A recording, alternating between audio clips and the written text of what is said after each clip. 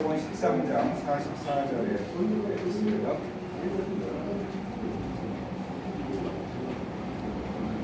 제가 읽겠습니다. 천국은 마치 밭에 감추인 보화와 같으니 사람이 이를 발견한 후 숨겨두고 기뻐하며 돌아가서 자기의 소유를 다 팔아 그 밭을 샀느니라.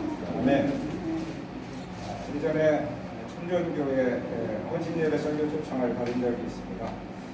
기도 끝에 여선교 헌신예배라고 해서 에스더서를 본문으로 삼아서 이때를 위함이라라고 하는 제목으로 설교를 준비했습니다.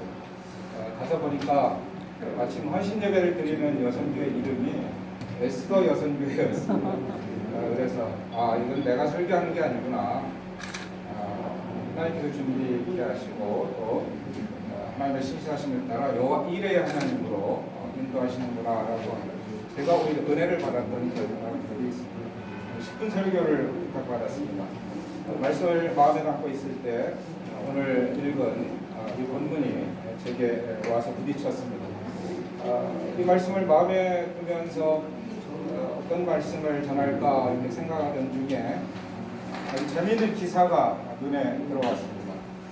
기사의 내용은 미국의 포레스트 팩이라고 하는 고미술품 수집가에 관한 이야기였는데 이분이 10년 전에 미국의 로키 산맥에 약 100만 달러, 우리 돈으로 치면 약 한 10억 상당의 그런 금, 루비, 그 다음에 에메랄드, 다이아몬드 이런 것들을 담은 보물 상자를 묻어두었다고 합니다.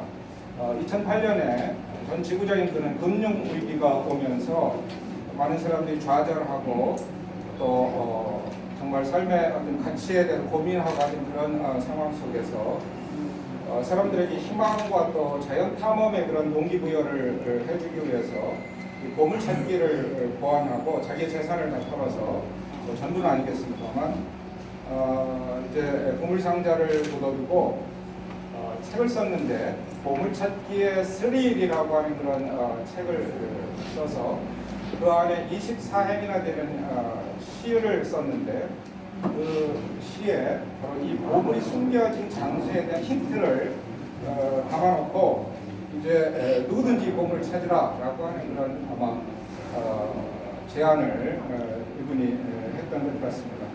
그래서 10년 동안 많은 사람들이 보물을 찾기 위해서 로키 산맥을 뒤졌는데 자그마치 10년간 35만여 명이 이 보물찾기에 동참을 했다.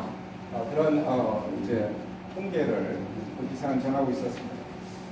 직업을 포기한 사람도 있었고 또 이 보물을 찾다가 어떤 신문기사는 4명, 어떤 신문기사는 5명에 해당되는 사람이 목숨까지 잃었다. 이런 이제 과정을 적어놓고 있었는데 드디어 올해 2020년에 이 보물을 찾은 사람이 나타났다고 합니다. 자신이 이 보물을 찾고 사진을 찍어서 이 보물을 숨긴 포레스트 펜이라고 하는 이 인물한테 내가 이렇게 보물 상자 찾았습니다 라는 걸 보내왔고 이것을 미국의 CNN 같은 그런 언론 매체에서 대대적으로 보도를 해서 이제 세상에 이것이 알려지게 되었다. 포레스트 펜이라고 하는 사람은 원래 이름처럼 숲을 굉장히 좋아했던 사람인 것 같습니다. 그래서 나중에 이 보물을 찾은 사실에 대해서 언론 인터뷰를 많이 하게 되는데 이분이 그런 이야기를 한 것을 기사에서 보도하고 있었습니다. 보물이 로키 산맥의 울창하게 우거진 한 숲의 초목 속 발 아래 놓여 있었고 10년 전 내가 숨긴 곳에서 움직이지 않았습니다. 나는 그것을 발견한 사람이 누군지 모르지만 내 책에 쓰여있던 시는 그를 보물이 숨긴 지점으로 정확히 이끌었습니다. 사실 10년 동안 보물을 35만 명 정도 되는 사람들이 찾았으나 찾지 못하니까 이거 사기 아니냐, 보물이 없는 거 아니냐 라고 하는 그 진위 논란이 일었었다고 합니다. 근데 결국은 보물을 찾은 사람이 생겨났고 그래서 이 포레스트 펜이라는 사람 보물을 찾았다고 하니까 아마 반쯤은 기쁘고 반쯤은 슬프다. 최종적인 소감을 이야기했다고 합니다. 우리 인생을 한마디로 이야기하면 우리 인생 보물찾기의 여정이다 이렇게 말할 수 있을 것 같습니다. 오늘날 가치관의 혼란이 있어서 그렇지 모두 가장 가치 있다고 생각하는 것에 자기 인생의 에너지를 다 투자하는 것이 인생이라고 하는데 아마 이의가 없을 줄 압니다. 문제는 무엇이 진정 가치 있는 것이냐라고 하는 것이라고 생각이 되어집니다. 예수님께서는 오늘 이 본문 말씀을 그렇게 아주 짧은 두 가지의 연속된 그런 비유를 통해서 우리가 모든 것을 다 투자해서라도 우리가 소유해야 할 진정 가치 있는 정말 이 세상에 있는 것은 어떤 가치 있는 것이라 할지라도 비교 불가의 그런 엄청난 보화가 있다라고 하는 것을 가르치고 있습니다. 이 보화를 마치 로키 산맥에 숨겨져 있던 이 보물 상자를 찾은 인물처럼 이 보화를 전 모든 것을 소유를 다 팔아서라도 사서 소유해야 된다라고 하는 것을 예수님이 가르치고 계십니다. 오늘 본문은 그 두 가지 비유 중에 첫 번째 비유인데 그 비유 중에 성경에 나오는 비유 중에 가장 짧은 비유입니다. 한 절에 이 모든 것을 다 담고 있죠. 그런데 그 임팩트는 아주 묵직하게 다가옵니다. 한마디로 정문일침이라는 우리 사자성어에 있는 것처럼 그런 어떤 이제 우리에게 다가오는 그런 도전이 있다라고 하는 것입니다. 오늘 이 비유의 결론부터 말씀드리면 결국은 숨겨진 보화 또 감추인 보화는 하나님 나라로 천국을 이야기합니다. 하나님 나라는 우리가 요한계시록 마지막에 보게 되면 어떤 공간이나 이런 것이 아니라 결국은 예수 그리스도 하나님을 이야기합니다. 그래서 예수님은 세상 그 어떤 것보다도 이 보화가 더 감나가는 것이고 그래서 이것을 얻기 위해서라면 자신의 모든 것을 다 바쳐야 된다. 오늘 보면서 사야 된다 이렇게 표현하고 있습니다. 그렇게 가르치고 있는 것입니다. 그래서 하나님 나라를 소유할 것과 하나님과의 관계를 새롭게 맺는 것이야말로 인생의 가장 놀라운 그런 보화를 발견하는 것이다. 오늘 본문에 이것을 땅에 묻어놨다 이렇게 이야기합니다. 이스라엘 사람들은 옛날 유대 백성들은 그 땅의 지정학적인 그런 성격 때문에 이제 보물을 평상시에 땅에 묻어두는 그런 습관들이 있었다고 합니다. 무슨 말입니까? 이 유대 땅은 이집트 문명과 그다음에 티그리스 유프라테스의 그 메소포타미아 문명 그 사이에 있는 우리가 흔히 얘기하는 비옥한 초생딸이라고 하는 그 지역인데 이게 소위 이야기하는 열강의 각축장이 되는 곳이고 또 전쟁에 있어서 아주 교두보 역할을 하는 아주 요충지 같은 그런 곳입니다. 그러니까 군사적으로나 또 모든 면에서 사실은 정말 누구나 여기를 소유해야 소위 이야기하는 제국을 건설할 수 있고 소위 이제 번창할 수 있다라고 하는 것이기 때문에 바람잘 날 없었던 아주 우리 한반도에 소위 열강이 둘러싸고 있는 그런 상황과 비슷한 그런 것이죠. 그래서 수시로 전쟁의 소문들이 들려오고 합니다. 사람들이 전쟁의 소문이 있다, 전쟁의 조짐이 있다 하면 자신 나중을 생각해서 자신들이 모아놨던 그런 보화를 항아리에 담아서 땅에 묻어두고 그런데 전쟁이 사람들이 가만 놔둡니까? 전쟁의 참화 속에 목숨도 잃기도 하고 아니면 이제는 전쟁에 의해서 포로로 사로잡혀가서 그 땅을 떠나기도 하고 이러면서 결국은 그 보화는 땅에 묻힌 채 주인 없는 채 그냥 이제 다 앙치되는 그런 상황이다. 그래서 AD 70년에 로마의 그 디도 장군이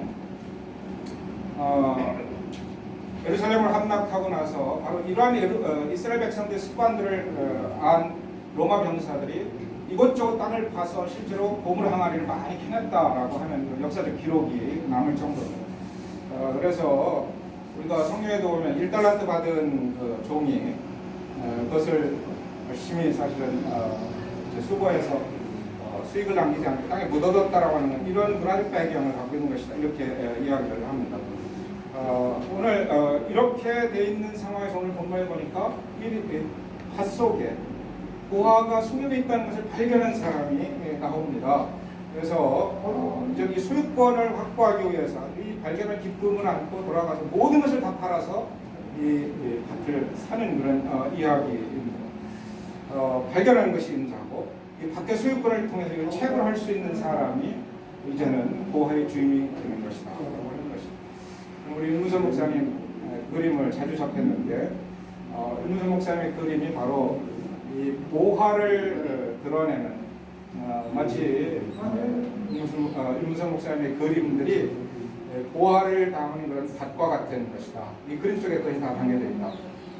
먼저는 저는 이 그림들 속에서 하나님 아버지의 그런 마음을 우리는 이제 보화로서 발견할 수 있다고 이렇게 봅니다. 그래가지고 타이머를 해놨는데 10분이 다 됐습니다. 마무리해야 될 것 같습니다. 아버지의 넓은 가슴 특징이 있어요. 이 아버지 하나님을 그린 그림은 모두가 다 흰 옷을 입고 있습니다. 여러분 여기 전체 둘러보시면 딱 한 그림만 흰 옷이 아닌 붉은색 옷을 입고 있습니다. 전부 다 둘러봤습니다. 제가 오늘 문을 열었거든요. 그래서 다 둘러봤습니다. 한번 보시기 바랍니다. 이 아버지의 이 숨겨진 이 가슴, 드러나진 않았지만 이 가슴은 정말 긍휼한 마음에 죄인을 측은히 여기는 그런 아버지의 사랑이 담겨져 있습니다. 이것을 영어표로 컴패션이라고 합니다. 컴패션은 컴이라는 단어와 패션은 함께 고난이 자리에 있다라고 하는 의미죠. 이걸 수레교는 이 사랑, 아버지 하나님의 이 사랑은 누가복음 15장에 측은히 여겼다라고 하는 이 말씀은 소에게는 스플랑크나라고 하는 헬라어가 쓰였다고 그래요. 그것은 이 창자가 끊어지는 아픔을 같이 느끼는 그런 사랑이다 이렇게 얘기합니다. 애절한 사랑이죠. 바로 이 사랑의 보화가 이 그림들에 다 숨겨져 있는 줄 믿습니다. 저는 그렇게 봤습니다. 그 다음에는 보면 이제 등만 보이는 인물이 하나 나와요. 그게 바로 돌아온 탕자로서의 이제 아버지 품에 안긴 그런 아들의 모습인데 등짝만 보입니다. 이 등은 어떤 등입니까? 세상을 등지고 주님 품에 돌아온 그런 이제 통회하는 마음, 아버지의 사랑으로 귀향하는 어떤 그런 축 처졌지만 다시 아버지의 그 정말 축복하는 손에 의해서 포근히 감싸 안겨진 그런 등이 이 그림에 잘 나타나 있다. 레브란트 그림에 보면 이게 세밀하게 드러나서 이 손이 아주 오른손과 왼손이 조명에 의해서 완전히 다르게 오른손은 아버지의 그 강하고 정말 포근히 안아주는 그런 이제 모습과 왼손은 어머니의 그런 따스하고 포근한 그런 손이 세밀하게 그려졌다 이렇게 얘기합니다. 목사님 그림은 과감하게 생략을 많이 하셨기 때문에 오히려 우리의 상상력을 자극하는 것 같습니다. 이 보물을 발견하면 이 그림을 통해서 많은 사람들이 아버지 하나님의 마음을 깨닫고 아버지 하나님의 사랑을 거기서 발견하고 정말 하나님께서 주시는 그런 은혜를 발견하게 될 줄로 믿으시기 바랍니다. 저는 마지막으로 이 그림에 보면 이따금씩 목사님께서 꽃밭을 이렇게 밑에 배경으로 그려놓은 그림들이 있습니다. 오늘 본문에 보면 이제 같은 보화를 발견한 사람이 발견하고 나서 기뻐합니다. 발견의 기쁨이 있어요. 아버지 하나님의 사랑을 발견한 이 세상이 주는 어떤 기쁨보다 가장 큰 기쁨을 거기서 발견하게 되는 줄 믿으시기 바랍니다. 우리가 이제 이렇게 차량 스티커를 보게 되면 I found it 이렇게 했는데 그러나 이 발견하는 것을 끝나서는 안 돼요. 거기까지 미진합니다. 그 다음에는 뭐예요? 누림의 기쁨이 있어야 될 줄로 믿으시기 바랍니다. 상상력을 거기까지 확대해 보십시오. 그래서 아버지의 나라에서 아버지의 집에서 아버지가 새 옷을 입히고 그다음에 가락지를 기우고 잔치를 벌이면서 소위 이야기하는 잔치의 영성, 기쁨의 그런 나날을 보낼 수 있도록 한다고 합니다.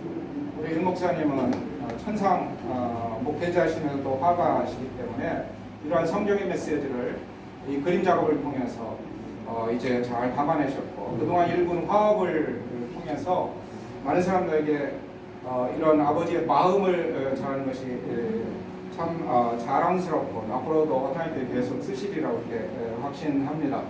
특별히 전에 저는 우리 윤 목사님께서 아버지의 마음이라는 설교를 하실 때 너무너무 사실은 감동을 받고 눈물이 나오는 것을 참았던 적이 있습니다. 다윗이 압살롬을 향해서 내 아들아 내 아들아 하면서 정말 아버지의 그 찢어지는 사랑의 마음을 표현했던 그 본문을 가지고 담담히 천국에 대한 소망, 하늘나라에 대한 소망을 가지고 개인적인 체험과 개인적인 그런 아픈 그런 상처로 정말 소망을 품고 기쁨으로 고백하는 그런 모습을 보면서 앞으로 윤 목사님의 그림이 이전보다 더 깊어지고 더 놀라운 보화를 담는 그림들이 나올 것 같다. 르브란트 그림은 보통 그 탕자의 기양이라고 하는 것이 2m가 넘는 대작이에요. 윤 목사님께서 앞으로 아마 큰 대작을 통해서 더 확실한 그런 보화를 담은 그림들을 그려나가실 것이다. 여기에 모인 여러분들이 윤 목사님의 이런 작업을 응원하고 또 함께 격려하면서 정말 놀라운 이 보화를 여러분들이 소유하시고 또 누리시고 정말 이 보화를 통해서 소망을 가지시는 삶이 되시기를 주의 이름으로 축복합니다. 함께 기도하겠습니다. 아버지 하나님 감사합니다. 오늘 이 자리에 저희들을 불러주시고 이제 감추인 보화를 또한 저희들에게 그림을 통해서 다시 한번 생각할 수 있도록 또 혹시 아직도 하나님 나라와 하나님의 사랑인 예수 그리스도를 알지 못하고 이제 그 삶을 새롭게 하지 못한 그런 사람들에게 하나님의 마음을 내보이시고 또한 보화를 찾고 발견하고 그것을 사도록 하는 그런 주님의 강군하시는 사랑을 저희들이 함께 나누게 하시니 감사드립니다. 아버지 하나님 이 갤러리서를 통해서 하나님의 그 사랑이 나타나고 많은 사람들에게 보화 같은 하나님의 놀라운 그 긍휼하신 사랑을 전하는 귀한 공간이 되게 도와주시옵소서. 이 사역을 감당하는 우리 윤 목사님에게 더욱더 영감을 주시되 정말 성령의 감동을 통해서 놀라운 그런 작품들을 잘 빚어낼 수 있도록 은혜를 더하여 주시옵소서. 감사드리며 예수님의 이름으로 간절히 기도하옵나이다. 아멘.